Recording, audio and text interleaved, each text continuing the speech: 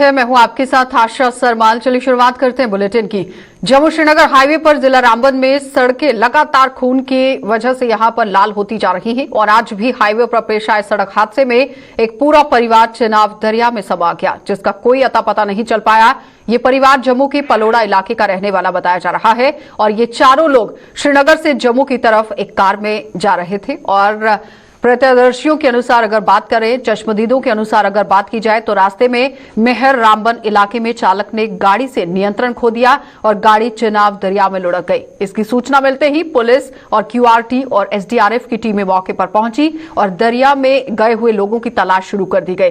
इन चारों की पहचान राकेश कुमार, उसकी पत्नी आशा रानी और 2 बेटों और उनके साथ ही संचित भगत और मेहुल भगत के रूप में की गई।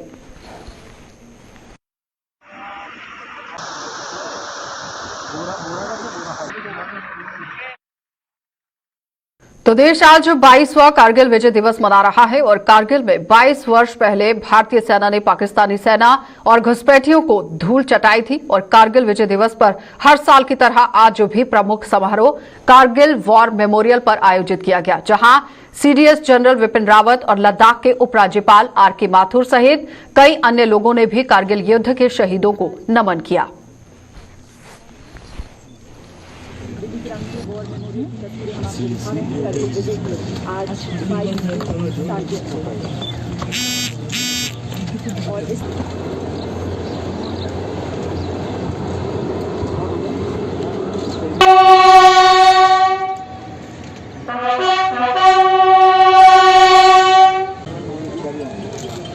कारगिल वॉर मेमोरियल जो द्रास में स्थित है, वहाँ पे मैं इस उपलक्ष्य पे पूरे देशवासियों के साथ साथ और विशेष रूप से देश के सेनाओं को अभिनंदन करना चाहूँगा, सल्यूट करना चाहूँगा, क्योंकि आज का दिन जो है हम सब के लिए एक महत्वपूर्ण दिन है। केवल लद्दाख के लिए नहीं, कारगिल के लिए नहीं, सेना के लिए नहीं, पूरे देशवासियों के लिए एक गौरवान्वित जो महसूस करने का एक दिन आज का है। और साथ ही साथ मैं ये भी मैसेज देना चाहूँगा, आज के दिन जो है केवल कारगिल विजय दिवस का ही नहीं, बल्कि आज के दिन के बहाना लेके हमारे देश में जितने भी सेनाओं ने जो अपने जान निछावर करके शहादत देके जो वीर गति प्राप्त हुआ है, उन सबको आज के दिन हमें याद करना चाहिए और देश वाले याद कर भी रहा है और यंग जनरेशन खासकर इन चीज़ के बारे में जानकारी भी रखना चाहिए। ऐसे शब्दों के साथ मैं एक बार फिर से जिन वीरों ने हमारे लिए शहादत दी, उन सबको एक बार फिर से याद करते हुए सलाम करता हूं, सल्यूट करता हूं और देशवासियों को भी अभिनंदन करता हूं, विशेष रूप से इंडियन आर्मी को अभिनंदन करता हूं।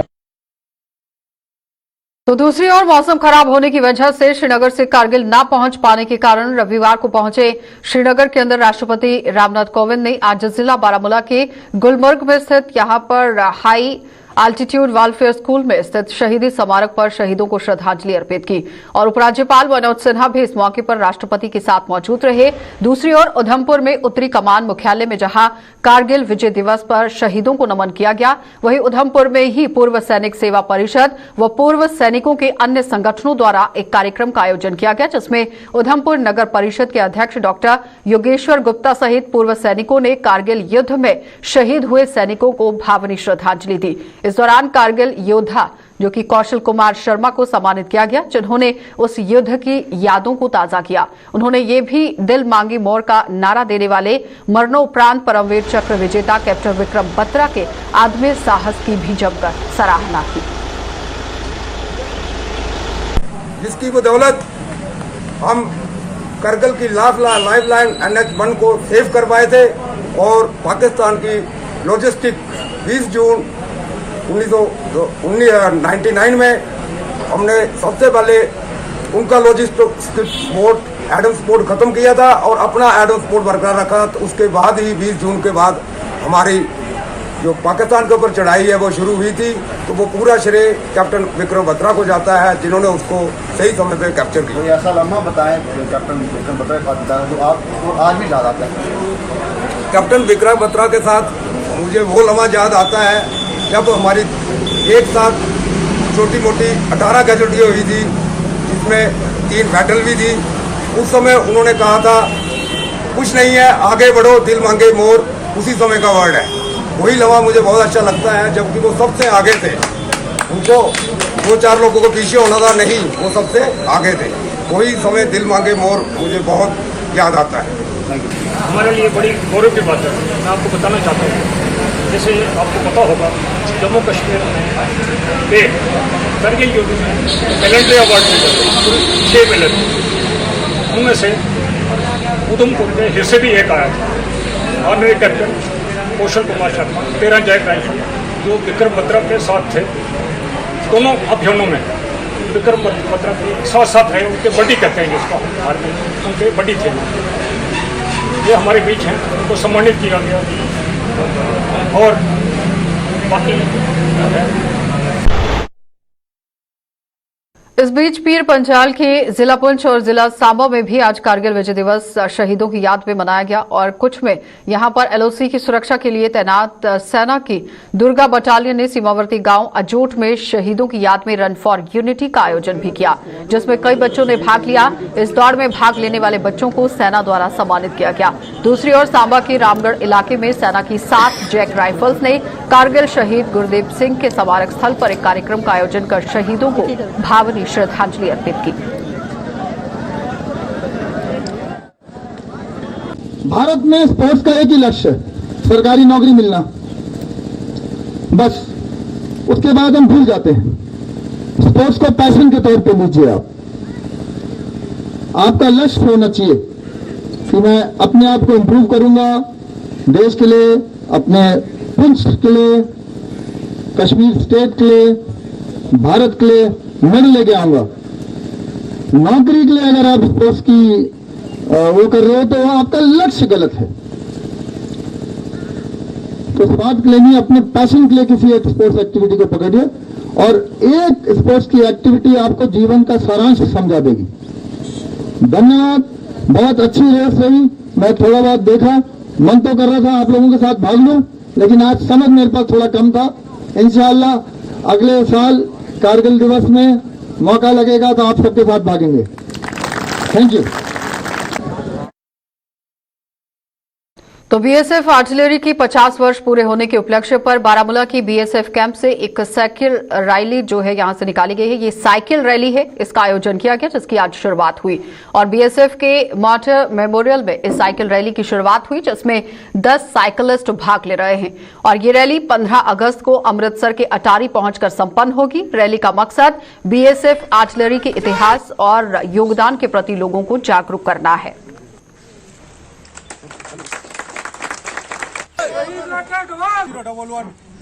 ये हमारा अभी बीएसएफ आर्टिलरी का गोल्डन जुबली हम सेलिब्रेट कर रहे हैं, तो इसके का रखा हुआ ये साइकिल रैली है और साइकिल रैली से हम जाएंगे कश्मीर से बाया जम्मू टू पठानकोट और फरीदकोट जाएंगे और उसके आगे फरीदकोट से फिर हमारा अटारी बॉर्डर तक जाना है और इसके बीच में हम मतलब आम पब्लिक से इंटरेक्ट होंगे और उनको मैसेज भी देंगे।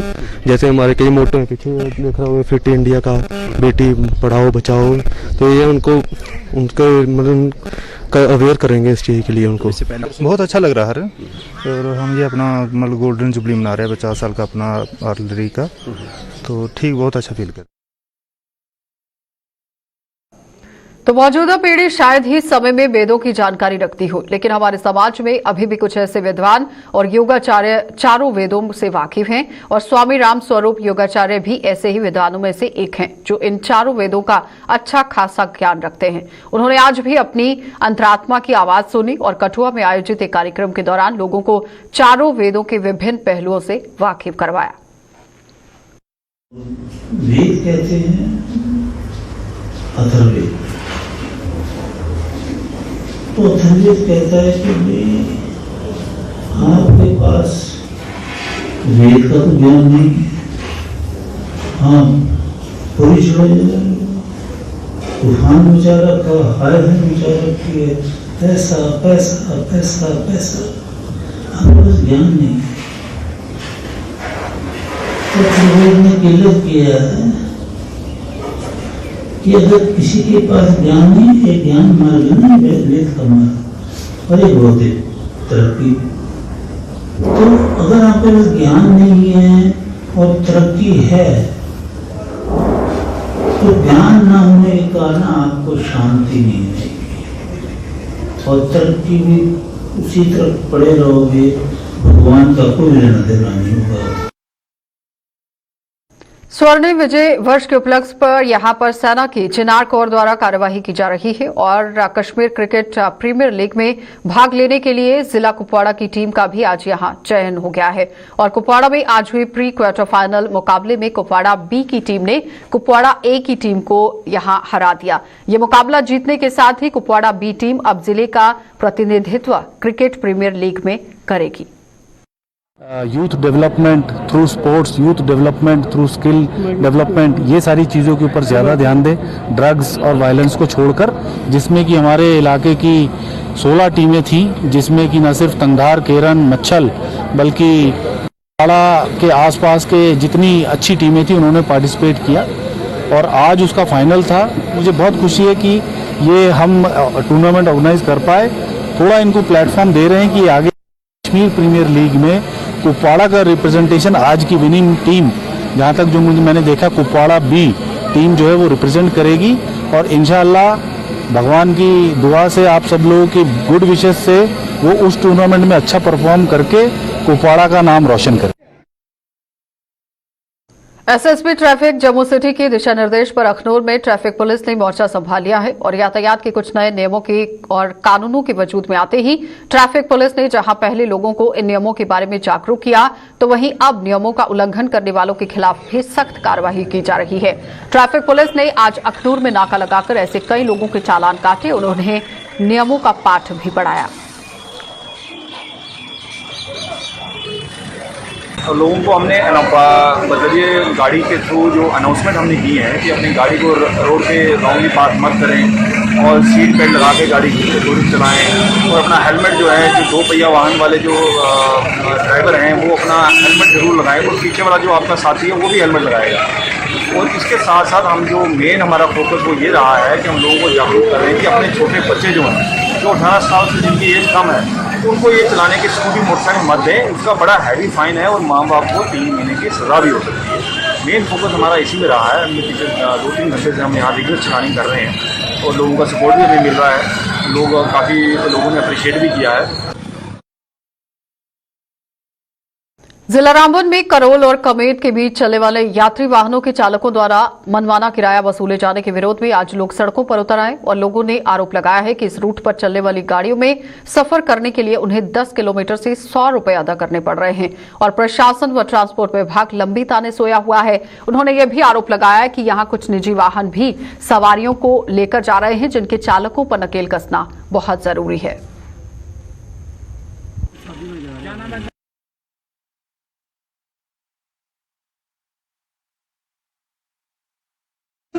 ये भी है प्राइवेट नंबर की गाड़ियां इस रोड पे पैसेंजर लेके आ रही है सर, ठीक है। और ना किसी के पास फुल इंश्योरेंस होता है, लाइसेंस भी किसी के पास नहीं होता है और किराया भी बढ़ चुका है इस रोड पे। पहले 70 था, अब 100 पहुंच चुका है सर। और टोटल यहाँ आज तक 10 किलोमीटर टोटल है सर। और ड्राइवर की गाड़ी में बैठता है, कहता है किराया है, अगर आपके पास 100 रुपए तो बैठो, अगर नहीं है तो कोई बात नहीं। सब ऐसे कर रहे हैं सर, एक ड्राइवर नहीं, हर एक ड्राइवर ऐसे कर रहे हैं। जो भी गाड़ियां इस रोड चल रही है सबसे ज्यादा किराया ले रहे हैं। कितना किराया ले सर 100, 1 पैसेंजर का 100। कितने किलोमीटर डिस्टेंस है? मैक्सिमम 10। अब आपकी क्या डिमांड है? सर किराया बहुत कम होना चाहिए, जितना लिमिट है। पुंछ में जिला अस्पताल के आसपास दवाओं की दुकानें व कुछ लैब्स को प्रशासन द्वारा सील कर दिए जाने पर बवाल हो गया और दुकानदारों ने प्रशासन पर मनमानी करने का आरोप लगाते हुए धरना प्रदर्शन शुरू कर दिया। प्रदर्शन ने दरअसल एसओपीज का पालन नहीं करने का आरोप भी लगाया गया, यानी दुकानदार जिस तरह से यहां पर आज रोष में देखे गए हैं वो देखते ही बन रहा था। इन दुकानों को यहां सील कर दिया गया, जबकि दुकानदारों का आरोप यह भी है कि प्रशासन उनके साथ ज्यादती कर रहा है। उन्होंने कहा कि पुंछ के बाजारों में उमड़ी भीड़ पर काबू करने के लिए प्रशासन कोई कदम नहीं उठा रहा है, जबकि उन्हें बेवजह तंग किया जा रहा है। डी साहब आए, उन्होंने हमारी दुकानें बोला जी बंद कर दो इनको। हमने पूछा क्या हुआ, उन्होंने कुछ जवाब नहीं दिया। बिना किसी नोटिस के, बिना किसी रिटर्न स्टेटमेंट के उन्होंने बोला कि दुकानें बंद करो। खुद ही काउंटर के अंदर दिखा दिया। फिर हमने मजबूरन पीछे उन्होंने हमारी दुकान बंद की, सीज लगा के चले गए। दुकान बंद करने तक तो ठीक था, कोई दिक्कत नहीं दुकान बंद करती, लेकिन ये भद्दा मजाक किया, जो ऊपर टेप लगाई फिर स्टैंप लगाई, वो जी अच्छी नहीं।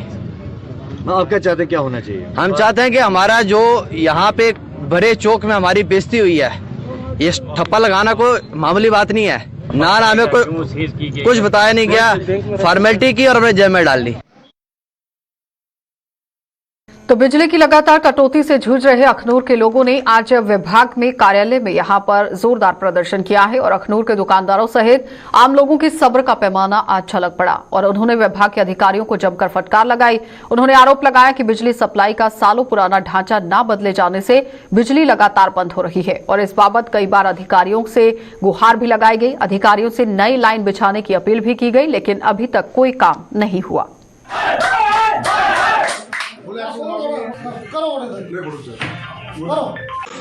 सिस्टम हुए पुराना कम से कम अगर सानू तारा और लाइनमैन दे देना इन्ने बारी नहीं रिटर्न और जानीपुर लाइनमैन बैठे थे दो बंदे जो कोई बीमार हो जाता लाइनमैन क्या वो 7 फीट राती कर सकता फीट पूरी रात 2-3 बजे मोहन जी तुसें ही पता मैं 2 बजे 3 बजे 2:30 बजे घर जाना रूटीन वर्क च हालात इन्ना खराब हो चुके सारा सिस्टम जो खत्म हो चुके राजा बाजार सारा बिजनेस का हब है।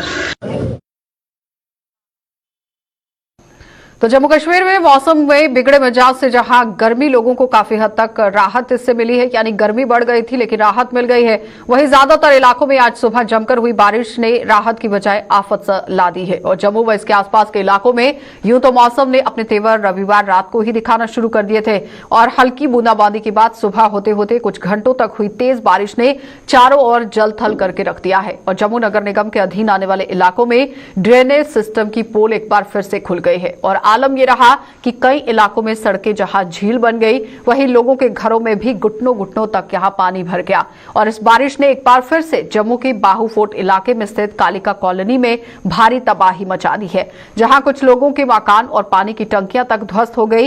इसके अलावा जम्मू के आनंद नगर, कैनाल रोड और मड़ ब्लॉक के गांव में भी यहां रथुआ की बात करें तो कई अन्य इलाकों में भी बारिश ने जमकर कहर बरपाया। इसमें फ्लड जो आया है, सामने जो हमारी एक विडो लेडी है राजकुमारी, उनका मकान चला गया, जहाँ इनकी टंकी चली गई है। साथ में दर्शन कुमार हैं, उनका भी मतलब काफ़ी नुकसान। अगर सीधे मेरा ये है कि अगर रेमेडियल मेजर अगर ग्रेड नहीं डालेंगे तो ये बहुत बड़ा नुकसान इस कालका कॉलोनी में होने जा रहा है। मेरी सरकार से अपील है कि जहाँ पर ग्रेड, जहाँ पर बार फुटिंग, मेरी अपनी भी ट्राई रहेगी कि मैं कोई फोर्सेज, पैरामिलिट्री फोर्सेज से भी मैं आदमी मंगवा लूँ जहाँ पर मेरी वो भी प्रयास मेरा चल रहा है।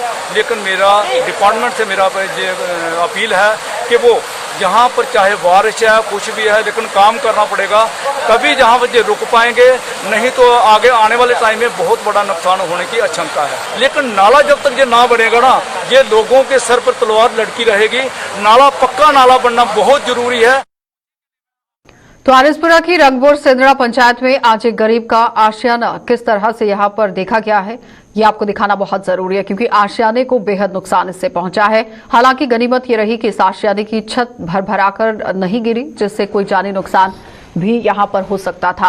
पंचायत के सरपंच फतेह चंद मौके पर पहुंचे और इस नुकसान का जायजा लेने के साथ साथ प्रशासन के अधिकारियों से ऐसे गरीबों की सुध लेने की अपील की। उन्होंने आरोप लगाया कि पंचायतों के सशक्तिकरण के बहुत बड़े बड़े दावे यहां पर सामने देखने को मिलते हैं, लेकिन हकीकत यह है कि पंचायतों के प्रतिनिधियों की भी कहीं सुनवाई नहीं हो रही है, जिसका खामियाजा ग्रामीण हलकों की जनता को भुगतना पड़ रहा है। सरकार से अपील करता हूँ, आप एक तरफ बोलते हो कि पंचायत जो इम्पावर है पूरी हमने उनको पावर दे रखी है, लेकिन हमारी कहीं सुनवाई नहीं हो रही है। हम लोगों की रिक्वेस्ट लेके आगे जाते हैं, डिपार्टमेंट को पूछता नहीं, कोई एक्शन नहीं करता। तो मैं यही रिक्वेस्ट करता हूं डिपार्टमेंट से एवं सरकार से एवं हमारे एलजी श्री मनोज सिन्हा से ये भी अपील करता हूं कि वो भी अपने जो डिपार्टमेंट को ऐसी डायरेक्शन दे कि जो गरीब लोगों का है कम से कम उनके बारे में जाके ग्राउंड पे देखें कि उनकी हालत कैसे, ऐसे बारिश के मौसम में कैसे जी रहे हैं, कैसे खाना खा रहे हैं, उनके पास वहाँ अनाज है या नहीं है। तो मैं बार बार यही अपील करूंगा लोगों की तरफ से कि एक बार कम से कम यहाँ पे ग्राउंड पे आए। एवं तहसीलदार से भी यही अपील करता हूँ कि एसडीएम से भी यही अपील करता हूँ कम से कम एक इस बारिश के मौसम में यहाँ पे आए, कम से कम देखो लोग कैसे रह रहे हैं, लोगों का जीना कैसे मुश्किल हो रहा है। अभी ऐसा हादसा हो जाएगा तो कौन जवाब देगा, इनका मुश्किल है। सरपंच साहब, कितनी देर से आपने इन मकानों की लिस्ट जो भेज रखी है? मैंने जब से सरपंच करीब मैं 3 साल हो चुके हैं, 2.5 साल हो गया हमने जो मकानों की लिस्ट भेजे हैं। करीब 112 मकान है टोटल, जिसमें से 18 मकान जो ऐसे हैं जिनकी कंडीशन जो है देखने लायक नहीं है। जैसे आपने देख लिया, आपने वीडियो भी बनाई। कुछ जमीन ने कुछ नहीं, दिहाड़ी लगी है तो फुलके खा लेंगे, नहीं तो बेचारे सुते रहते क्या कर। तो कठुआ के लोगेट पंचायत के वार्ड नंबर 6 के लोगों ने आज जिले के डीसी राहुल यादव के साथ मुलाकात कर बार यहाँ पर बारिश की वजह से जो परेशानी होती है हर बार, उसको लेकर आने वाली दिक्कतों से छुटकारा दिलाने की मांग की। लोगों की माने तो आज हुई बारिश के दौरान भी लोगों के घरों में करीब 3-3 फीट तक पानी भरने से उन्हें ऐसे हालात से गुजरना पड़ता है। पंचायत के सरपंच राजा राम सिंह ने इसके मुताबिक पूरी तरह से बात भी की है। इस मुसीबत के लिए लोगों द्वारा किए गए अतिक्रमण और national highway authority of India द्वारा किए गए नाले को जिम्मेदार ठहराया गया। डिप्टी कमिश्नर साहब से मिले हैं। डिप्टी कमिश्नर साहब से मिलते उन्होंने कहा, हमें इंश्योर भी किया, एसीएस साहब को उन्होंने एप्लीकेशन मार्क किया कि हमारी 2 चीज़ें थी। एक तो नेशनल अथॉरिटी ऑफ इंडिया ने जो नाला बनाया वो छोटा है, उसमें जो पानी जो है उसको कीड़ी लग जाती है, रुक जाता है पानी, रुकावट आती है तो पानी पीछे कॉलोनी में जाता है। दूसरा, लोगों ने इंक्रोचमेंट की हुई है। सो मेरी डीसी साहब से अर्नेस्ट रिक्वेस्ट है कि ये जो इंक्रोचमेंट प्लस जो नाला छोटा है उसको बड़ा कर दिया जाए, वो जो इंक्रोचमेंट जो पॉसिबल हैं उनको हटाया जाए। इसलिए अभी हम तहसीलदार साहब के साथ आज जा रहे हैं। तहसीलदार साहब ने तहसीलदार साहब को भी उन्होंने उनको ड्यूटी लगाई हुई है अभी, तो तहसीलदार साहब भी मौके पे जाएंगे तो देखेंगे जो हो सकता है। पंचायत इंक्रोचमेंट के जो एडमिनिस्ट्रेशन के साथ है। मैंने जब पंचायत हमारी फ्रेम हुई थी तब से हमने इंक्रोचमेंट जो थी नाला और बंदोबस्ती रास्ते वाटर बॉडीज़ के ऊपर हमने कहा था कि इंक्रोचमेंट हटाई जानी चाहिए, चाहे वो लगेट की प्रॉपर की हो, लगेट मोड़ की हो या चक रामचंद की, जो मेरी पंचायत के अंदर है। मेरी पूरी पंचायत जो है वो उनके एडमिनिस्ट्रेशन के सपोर्ट के साथ में। क्या मैंने ऊपर भी बड़ी सारी शिकायतें सुनी है कि सारे के सारे लोगों ने नाले जो इंक्रोचमेंट की हुई है। तो आज सावन महीने का पहला सोमवार है और शिव भक्तों के लिए सावन के सोमवार का खास महत्व रहता है। बारिश के बावजूद भी बड़ी संख्या में शिव भक्तों ने मंदिरों में पूजा अर्चना और जलाभिषेक कर भगवान भोलेनाथ को प्रसन्न किया। धार्मिक मान्यता है कि सावन महीने में भगवान शिव और माता पार्वती की विधि विधान से पूजा करने से ही भक्तों की मनोकामना पूरी होती है और इसके साथ ही सावन के सोमवार को व्रत रखने से भोलेनाथ की विशेष कृपा बनती रहती है और सावन के महीने को भगवान शिव की आराधना के लिए काफी शुभ माना जाता है। आज के दिन ये है कि मतलब भोलेनाथ अपनी मतलब अच्छी दया दृष्टि रखें, जो इतना कोरोना फैला हुआ है उससे निजात दिलवाएं और ये ही करने वाले हैं सब कुछ, भोलेनाथ नहीं, ऊपर वाले नहीं करने। ये तो फिर बड़े मतलब सावन महीने के तो स्पेशल हुए ना, ऐसे कोई आए ना आए, लेकिन इन पर ठीक हो या ना हो, लेकिन इसमें हमने ज़रूर मतलब सोमवार को आना ही आना है। भगवान के देखो मैंने अभी एक ही बुक में पढ़ा है तो एक सोमवार को भगवान जी को साबुत चावल चढ़ाने हैं, एक सोमवार को सफ़ेद तिल चढ़ाने हैं, एक मुट्ठी भर, एक उसको सोमवार को साबुत मूंगी चढ़ानी है, जो लास्ट सोमवार है उसमें एक मुट्ठी जौ चढ़ाने हैं। इसमें मतलब बहुत ज़्यादा मतलब सभी परिवारों को भी सुख शांति मिलेगी, सुहागनों को उनके सुहाग मतलब वो भगवान ज़्यादा मतलब वो देंगे करेंगे। आज है सावन का पहला सोमवार है, हम जब मंदिर में आए हुए हैं, जल पित्र चढ़ानी है और सभी सुख शांति होनी चाहिए और जो हमारा कोरोना से भी मुकना चाहिए और हमारे जितने परिवार जितने भी हैं शिव जी के सभी ठीक ठाक होना चाहिए। वहीं जम्मू जिले के कई अन्य इलाकों में भी आज सावन महीने के पहले सोमवार को मंदिरों में श्रद्धा उमड़ रही थी और परमंडल में भी प्राचीन उमापति महादेव मंदिर सुबह से ही शिव भक्तों का पहुंचना यहां पर शुरू हो गया था। इस दौरान शिव भक्तों ने पूजा अर्चना कर भगवान शिव को प्रसन्न किया।